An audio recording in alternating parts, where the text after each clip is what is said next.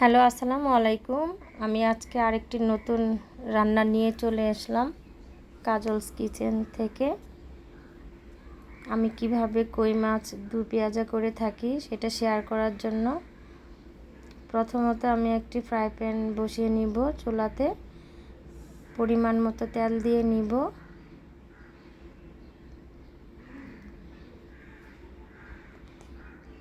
এখন আমি কই মাছ হলুদ মরিচ লবণ দিয়ে মাখিয়ে রেখেছিলাম।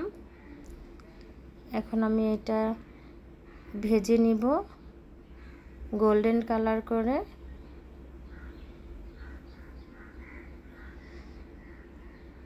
আপনারা কিভাবে রান্না করেন কই মাছের দুই পেঁয়াজা কমেন্টস করে জানাবেন।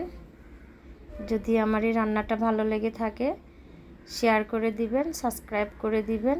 আশা করি আপনাদের কাছে অনেক ভালো লাগবে আমার এই রান্নাটা। এই তো আমার মাছ ভাজা হয়ে গিয়েছে।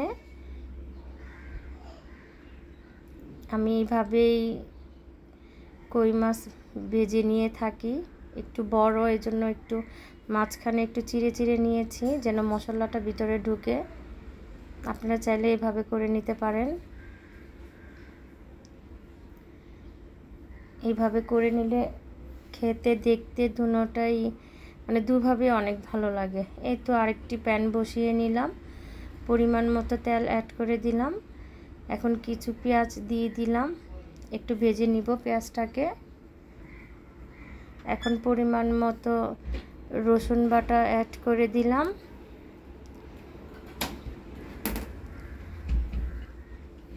আর একটু নেড়ে চেড়ে ভেজে নিব মশলাটাকে।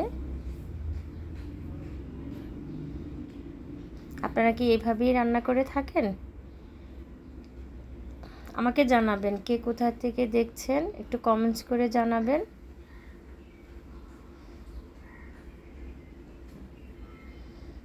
এখন আমি পরিমাণ মতো হলুদের গুঁড়া দিয়ে দিব,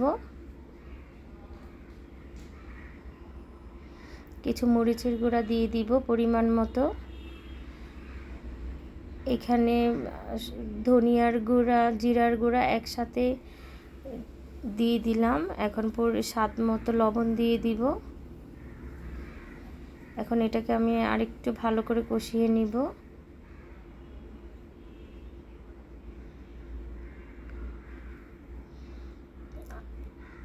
এখানে একটু পানি অ্যাড করে নিব মশলাটাকে ভালো করে কষানোর জন্য। এখন আমি কেটে রাখা কিছু টমেটো অ্যাড করে দিব।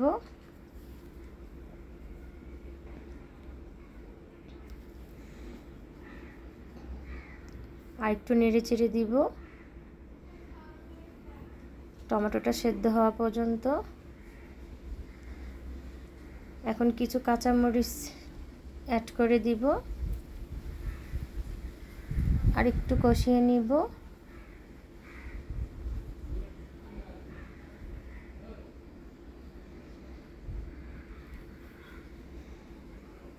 এটা রান্না করার পর খেতে অনেক মজা হয়েছিল, দেখতে অনেক ভালো লেগেছিল কালারটা। এই তো আমার মশলা কষানো হয়ে গিয়েছে। এখন আমি ভেজে রাখা যে মাছগুলো ছিল ওগুলো এখন অ্যাড করে দিব। আমি এখানে 4 পিস নিয়েছি মাছ। আপনারা চাইলে বাড়িয়ে নিতে পারেন, কমিয়েও দিতে পারেন, কোনো সমস্যা নেই। প্রথম ভেবেছিলাম মাছের মাথাগুলো ফেলে দিব, একটা ফেলার পরে দেখা গেল যে দেখতে ভালো লাগছিল না, তারপর মাথাগুলো রেখে দিয়েছিলাম।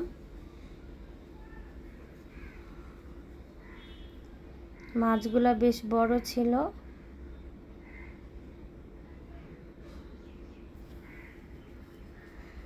এই তো আমার রান্না প্রায় শেষের দিকে। এখন আমি একটু পানি অ্যাড করে দিব, একটু ঢেকে দিব, কিছুক্ষণ রান্না করে নিব। একটু উল্টিয়ে পাল্টিয়ে দিব যেন ভালো করে রান্না হয়। জানি না আপনারা কিভাবে রান্না করে থাকেন। যদি ভালো লাগে মনে হয় আপনাদের কাছে তাহলে শেয়ার করে দিবেন। এই তো 10 মিনিটের জন্য আমি ঢেকে রাখবো, ঢেকে রান্না করব। এই তো হয়ে গেল আমার কই মাছের দু পেঁয়াজা। এখন আমি আরেকটু উল্টিয়ে নিব। দেখতেই পাচ্ছেন কত সুন্দর হয়েছে, দেখতে কত লোভনীয় লাগছে। আপনারা বাসায় এভাবে করে খেয়ে দেখেন, অনেক মজা। স্কিপ না করে পুরোটাই দেখে রান্না করবেন। এই তো হয়ে গেল আমার কই মাছের দু পেঁয়াজা রান্না। আমি সার্ভিং বলে ঢেলে নিলাম পরিবেশন করার জন্য।